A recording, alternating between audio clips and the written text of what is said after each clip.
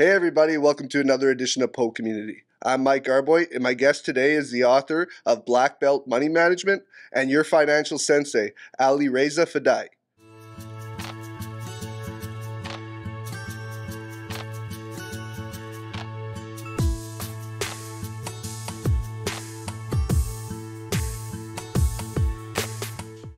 How's it going? Pretty good, buddy. How you doing, Mike? Another beautiful day here at the Awesome, Fountainhead man. Network, right? You're one of our members here, so it's always nice to have one of our members on the show.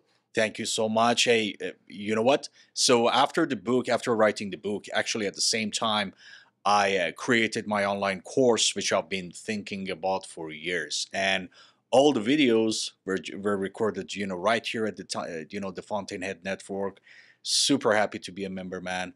I'm so glad, such a great space with all these, facilities is like, 10 minutes drive from my home. So super happy to be here, buddy. And thanks for the opportunity. Well, yeah, so you've been on the show before. It was a while ago, probably a couple of years now. Correct. But you have a new and exciting book that you've just wrote and published. So tell us about it. How did this come about?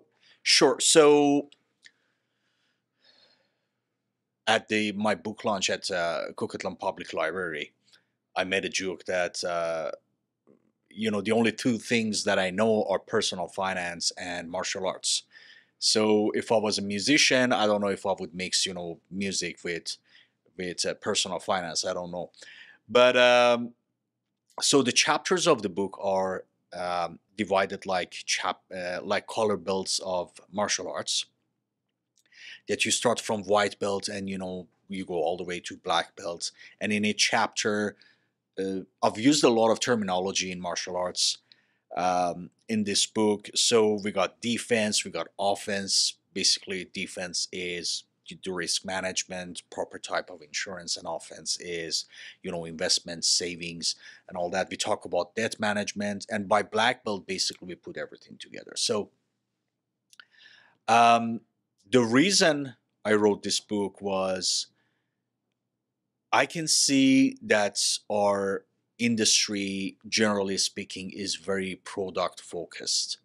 So, and I always, tell this to everybody, just because you have a life insurance from somewhere and you got your RRSP somewhere else and you got a mortgage somewhere else, it doesn't mean that you have a proper financial plan.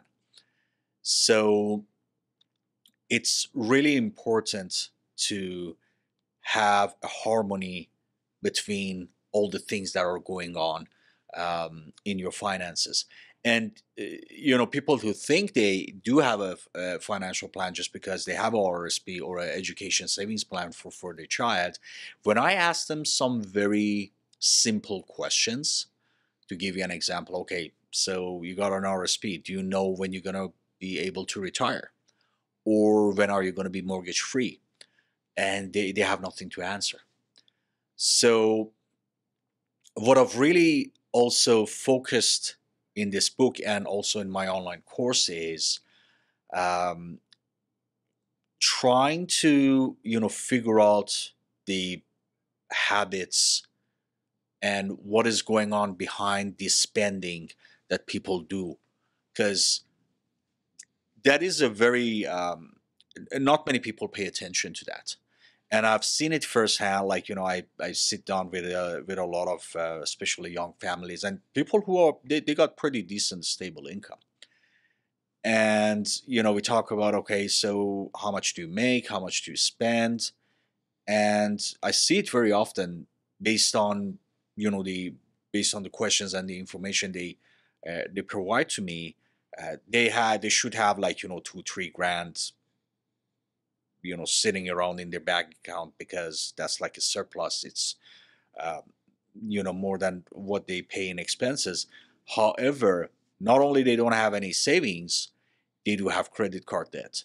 So things like this, as simple and basic as they sound, they are very important. Then by all means, yeah, we can talk about like more advanced stuff, but it all starts from the white belt. And what I've mentioned in my book and also my online course is do not skip any chapter. Just like in you go to karate class or judo or any martial art, taekwondo, anything, you cannot say to your instructor that, hey, I don't like, for example, the blue belt. Can I just skip to go to brown belt? You just cannot do that. The other thing which is super important is, and I have, especially in my online course and also in my book, I've interviewed some people they have expertise in, different areas, which on the surface, it may not relate to personal finance, but it absolutely does. I give you an example. So one of the people who I have interviewed for this book, Candace Platter, she is a clinical counselor, and her expertise is in addictions. A lot of people have different types of addictions, whether it's alcohol, gambling, anything, and it all affects how you spend your money. We have also in the online course, we've talked to a clinical counselor, and we talk about how we should talk to our spouse or significant other when we are making any financial decision. So what's going on in your mind, and all your personality, everything affects how you handle money, how you spend your money. And these are not the topics that many people talk about. We also, especially in my online course, I try to figure out the patterns and habits people have when it comes to their spending. So if we get a control on that, it just makes everything easier. Because here's what happens all the time, Mike. Like, you sit down with people, okay, so you say you pay, you make this much and you spend this much, and that just stays on the surface. Here's what happens. People don't stick to the plan because of all these old habits and patterns and behaviors they have. So you have a review meeting with them in a year, and things have just not gone, the way that we were expecting. So it's very important to have more of a hands-on, relationship with people, I'm working with, to make sure they stay on track and they stay, disciplined with their finances. So this is actually my second book, and there is a huge focus on the mindset and the behavior and the patterns. Also in this book, I have kind of a conversation with a young couple with a young child. That's mostly people I deal with. They make good money, but they don't know where the money goes. So there are a lot of questions and answers which over the years, over the almost 15 years that I've been in the industry, I've answered some of the common questions in a shape of a conversation with real people. So that's basically what I've done with this book. Yeah, you're talking. It's a crazy time in the world when it comes Yep. to finances. You brought up addictions and stuff too, and it's not even just that. It's comforting. Like people spend money when they're stressed out on True. things that comfort them. So Yep. you're seeing, like, I've been hearing stats that are just like really depressing, because it's just financially probably in modern times the most difficult. I'll say recession since 2008, probably a little bit even worse. Just hearing that a majority of people are living check by check or living on building debt each check. True. So it's, have you seen like just a drastic change with this, like people coming to you? Is it like, are they suffering harder now? Is it a harder time for people? Are you seeing more people come to you because they need help with their finances, like, greatly?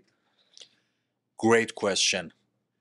it's been kind of a wake-up call for a lot of people. And you talked about, like, 2008 recession. That's I started my practice just before the major recession of 2008, 2009, which was the biggest one in our time. So I've Yeah. gone through the whole thing, man. And here's what happened, Mike. After 2009, the economy obviously got better. We've had these unusually low interest rates for many, many years. So imagine somebody in their mid 20s who have, I don't know, graduated from university, or they've just basically joined the workforce. We've had these super low interest rates for like 12 years, 12, 13 years, pretty much. So somebody in their mid 20s is now in their late 30s, and all their adult working life, they've seen mortgage rates of, I don't know, 2%, 3%, and they think that's just how it's supposed to be, which is, and I totally appreciate, like, inflation is, kind of out of control, and people are incurring debts, and the mortgage rates are going up, so people are, getting their mortgage renewal, and the rate that they're getting now is just way higher than what it was. So it has been a wake-up call for some people that, hey, you know what, you just cannot be too relaxed and laid back. You just have to pay a little bit more attention, uh, for sure. And there would be some challenges, to be honest with you, down the road. Like, for many, many years, when we were thinking about, like, planning for people's future or their retirement, we were assuming that the inflation rate is going to be like, 2-3%. So if your average rate of return on your investment was, I'm just making an example, was like, 7-8%. Okay, your real rate of return is like, I don't know, 4 or 5%, whatever it is. Now, with the inflation rate of being around, like, between 6 to 7%, a lot of these predictions are just not working anymore. So there would be definitely some challenges, and the sooner people start planning ahead, they're going to be better off, man. Because, again, to give you an example, so all these years that interest rates were so low, uh, a lot of people were like, okay, this is just going to be my interest rate for a very long time. And what did people do? They didn't pay off their debt. They just, added to it. Like, a lot of people have these huge homeowner line of credits on their property. And, out of a sudden, like, the prime has changed, like, significantly in the past year. And they're definitely having difficulty. So, you're absolutely right, man. You're absolutely right. It's people just can't be, too laid back anymore. They just have to be more disciplined and pay attention to where the money goes. That's for sure. Yeah, I mean, it's always been pricey in the area we live in, Yep.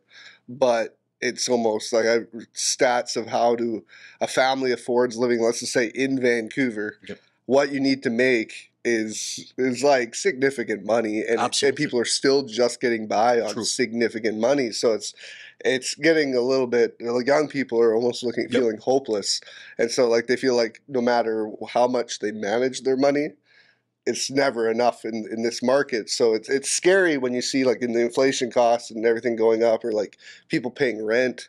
Hearing multiple stories of people, like, paying, literally having the same place by $1,000 like a month for rent, and it's unless you're working 2-3 jobs, and you're talking to people that went to school for these careers that are having to pick up random work because it's just rough times, and not every one of them is spending recklessly. Yep. But like I said, it's crazy because it's an uncomfortable time. And people always go toward their comfort zone. True. And comfort zones usually cost money.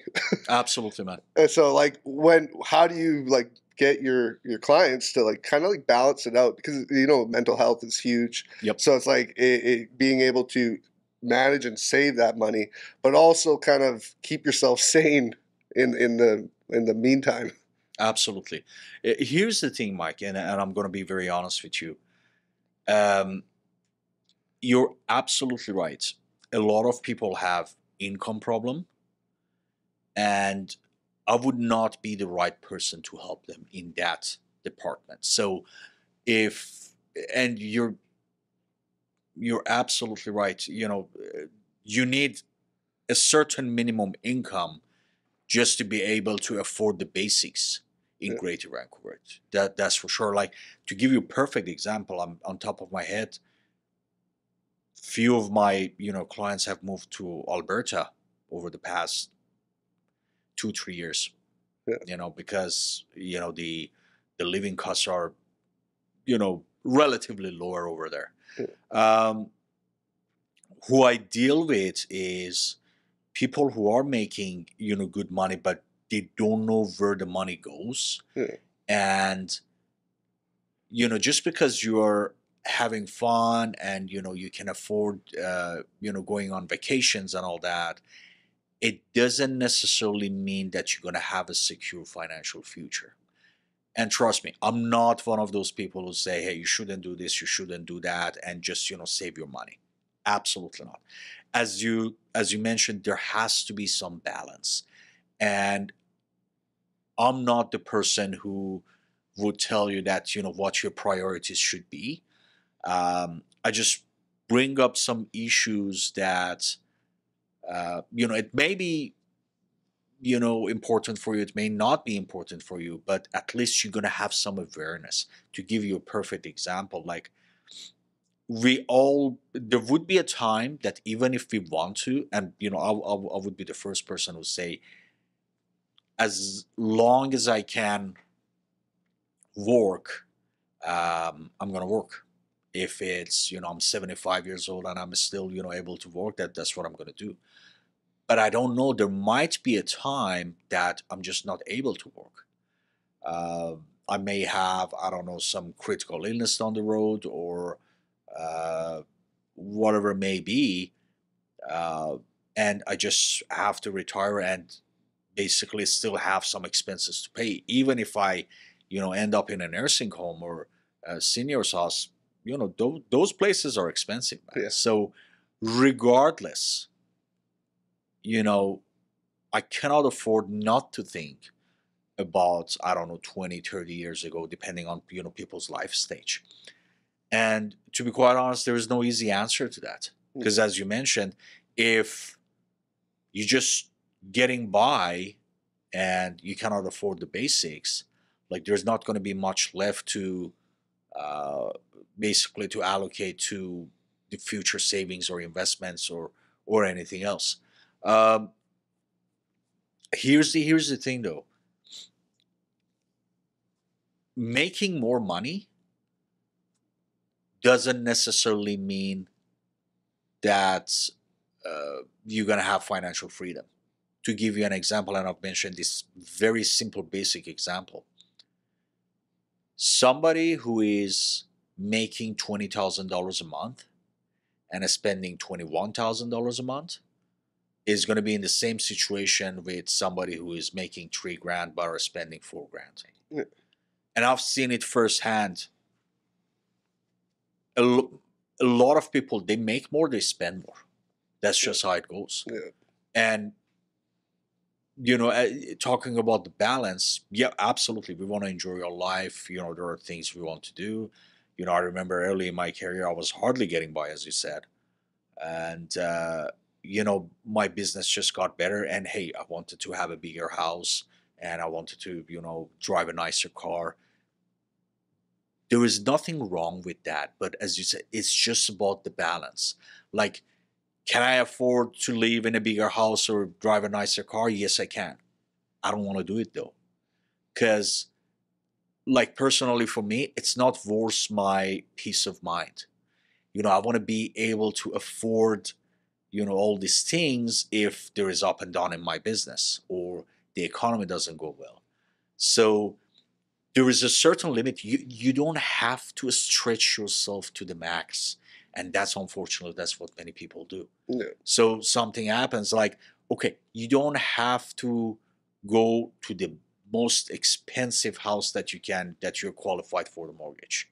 Yeah. Or get the biggest car loan or the lease for the car that you can afford. You don't have to do that. Leave some room that, if something happens, you still can breathe and afford all these things. Yeah. Right? So that's what I'm trying to get at, that, I'm nobody to tell people how to, spend their money. Like, they don't want to get, life lessons from me. My job is to bring it up to their attention. And hey, you know what? Maybe there is a middle of the road kind of situation that you don't have to stretch yourself to the max, but you can still, enjoy your life today, but think about the future for yourself and your family as well. Yeah. It's all about balance. True. It's literally, that's can be said a million times, because it's just, I bring up the mental health thing again. It's the thing. It's probably, I running this business, I know multiple business owners, and knowing how small businesses have suffered in the last few True. years, and just seeing what makes everybody comfortable. And yeah, there's money spent in places they probably shouldn't, but it keeps them their sanity. But I think it has a lot to do with, even if you, like, me myself put into RSPs and stuff, it's getting less likely for us to feel like we can retire. Like, even with the choice for a lot of people, and like you said, the more you make, the more you tend to spend, just because you feel like you deserve it. I think there's a lot of people that feel like it's like, oh, I worked so hard to get this salary that I finally can afford this. Yep. They want to treat themselves, and I think there's a difference. You see a lot of like really, really wealthy, like, let's say an athlete, who they spend everything, and then when they're done, they're basically screwed. There's a difference between that and people just wanting to, like, kind of feel good about themselves. But it feels like with today's times, people can't even really have that. They have to really manage Many that. people can't. Yeah, That's true. They can't. They just got to go with the bare minimum. And I'm talking like people that make significant money that I personally know, that literally they bought something that was roughly maybe their maximum mortgage rate or close to it, and then over time they're making more, and then they were doing really well. And then with how mortgage rates have gone up, or wanting to move, or like a couple of years ago feel like they felt it was a good time to move, and then all of a sudden they have to go back to where they were. They have to. It's just, I think it's a relentless, just like unforgiving time. It's very, very difficult to just know where your money is even going in general, like in life. I'll use this example, like just food delivery and just everything going plastic. That's the big issue I find, that people just don't see where they're spending anymore, because they're not spending cash. They don't have like a wallet full of cash, and they see it getting smaller and smaller and smaller. So you're like, I can't spend anymore. Plastic is literally like, it says doop, doop, doop, and you don't even notice until you get that bill. And half the time people aren't even paying attention to those bills. They just pay the same minimum and that's where the debt comes in, right? And all these, they sound basic. Yeah. People don't pay attention to this thing. So you're absolutely right. A credit card, and like, on Amazon, like a lot of people, even they buy groceries from Amazon. Yeah. And they got the credit card saved online, and they just press a button and things are delayed. Like, these are horrific for people who don't have discipline, or they don't know where the money goes. Yeah. You're absolutely right. And you said, like, closing your eyes or putting your head in the sand is not going to help with anything. No. It just doesn't. And like many years ago, there was no social media. Like, you wouldn't see people, taking pictures from, like, all these exotic places, and and some people envy, and say, hey, I want to do that. Like, I make good money. And here's the thing, and I've mentioned this in my book as well, because I hear it all the time. Deserving. Can I go to a lender or a financial institution and say, hey, you know what? I think I deserve to have $1 million more mortgage. It's just not going to happen. So we want to avoid that culture of entitlement as well. As a human being, do I deserve good things? Sure. Can I afford it? Like, can I just say, hey, I deserve to have, I don't know, a luxury property in Bahamas or have a yacht? Can I say it? Can I afford it? I just can't. So we're gonna be a little bit, cautious with some of the mindsets that we have as well. But to tell you the truth, that's absolutely correct, man. And I swear to God, like for many, many years, and I was telling people that, hey, interest rates are just not going to stay like this forever. Having said that, if people didn't believe me, honestly, they had the right not to believe me, because that was the rates for over 10 years. Yeah. Mortgages less than 3%. I don't know. There are many places in the world that they had that low mortgage rates or interest rates or whatever it is. And to be honest, this is what we're seeing is historically more of a normal. But because we had this, unusually low interest rates for so long, everybody now is in a shock. Yeah. I totally, and I appreciate, the inflation is high. There are things that are out of control, like, the war in Ukraine, which has been taking over a year and all that. And I hope things don't stay like this. What I worry about, Mike, is because I remember the recession, very well. Once the recession was done, people started having the bad habits again. Yeah. So part of what I do, and I should do, is just to make sure people are on the right track and, they have learned their lessons. Yeah. Because time goes by so fast, man. And we've learned nothing is really secure. Anything can happen. They really, the security feeling right now might not be the best. So if you can secure your own self and your family's, True. That's probably your best method of getting better towards the future. Absolutely. It is a really, really, really tough time, but it's just premeditating your future. And just even if times continue to be rough, if you still try to do whatever you can, that's all you got to do is try, right? Try to do what you can to save for yourself and really your families, because that's who we really do this for, right? You have your son, right? Yes. We have one son. I have a son and I have a daughter. You have a son and a one daughter. Of those lucky ones who have a son and a daughter. Yeah, so it's lucky, but it's a lot of work and it's a lot of responsibility that you have to make it so their lives are good too. Yep. And so it's a lot of stress on families and dads and moms right now. But whatever you can do, like talk to someone like you to kind of get you to that next step and just kind of thinking about things, that is the best option, really. But let's get back to this quickly before we have to stop the show for the day.